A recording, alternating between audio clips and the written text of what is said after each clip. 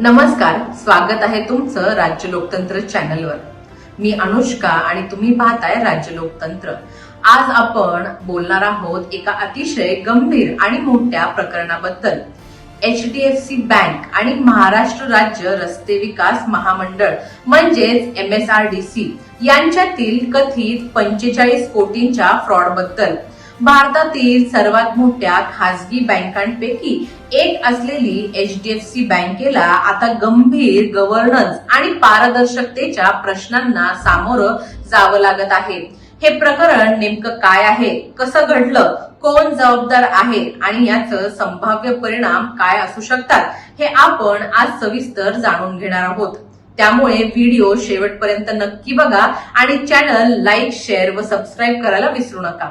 या प्रकरणाची सुरुवात होते 2021 पासून। त्या काळात HDFC बँकेने MSRDC कडे मोठ्या प्रमाणात डिपॉझिट्स आकर्षित करण्यासाठी संपर्क साधला।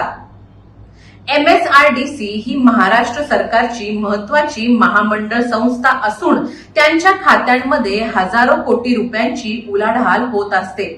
MSRDC कडून असा मुद्दा मांडण्यात आला की इतर बँका किंवा वित्तीय संस्था त्यांना 6% किंवा त्याहून अधिक व्याजदर देण्यास तयार आहेत।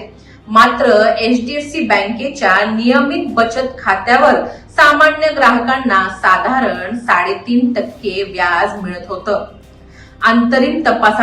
अंतरिम तपासणीनुसार HDFC बँकेने MSRDC ला 6.1% इफेक्टिव्ह रिटर्न देण्याचं मौखिक आश्वासन दिलं होतं। पण इथेच मोठा प्रश्न निर्माण होतो, कारण RBIच्या नियमांनुसार सर्व ग्राहकांसाठी समान व्याजदर लागू असायला हवा। विशिष्ट ग्राहकाला अतिरिक्त किंवा वेगळा व्याजदर देणं नियमबाह्य मानलं जातं। त्यानंतर कथित गैरव्यवहाराची प्रक्रिया सुरू झाल्याचं सांगितलं जातंय। बँकेसमोर प्रश्न होता की अतिरिक्त व्याज थेट देणं शक्य नव्हतं, कारण त्यामुळे RBIच्या master directions on interest rates चे उल्लंघन झाले असते। त्यामुळे बँकेच्या काही वरिष्ठ अधिकाऱ्यांनी एक वेगळा मार्ग शोधल्याचा आरोप आहे।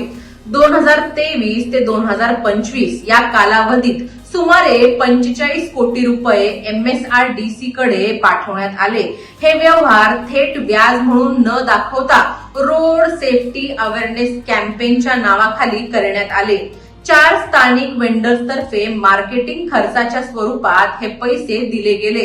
मात्र बँकांच्या आंतरिक तपासणीत असा दावा करण्यात आला की हे व्यवहार प्रत्यक्षात अतिरिक्त 2.51% व्याजाची भरपाई करण्यासाठी होते। म्हणजेच मार्केटिंग खर्च हा केवळ एक कॅमोफ्लाज किंवा आवरण होता। बँकेचे चीफ मार्केटिंग ऑफिसर रवी संतानाम यांनी तपासात कथितरित्या सांगितलं की मार्केटिंग विभाग हा या प्रक्रियेत फॅसिलिटेटर म्हणून वापरण्यात आला।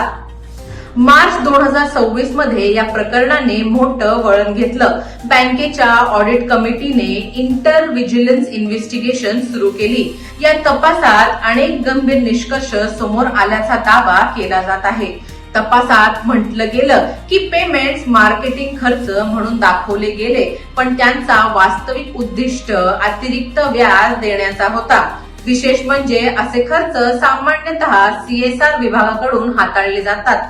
मात्र या प्रकरणात तसं झालं नाही। तपासात वेंडर इनव्हॉइस आणि संबंधित कागदपत्रांमध्येही अनेक त्रुटी आणि अपूर्ण माहिती आढळल्याचं सांगितलं जात आहे।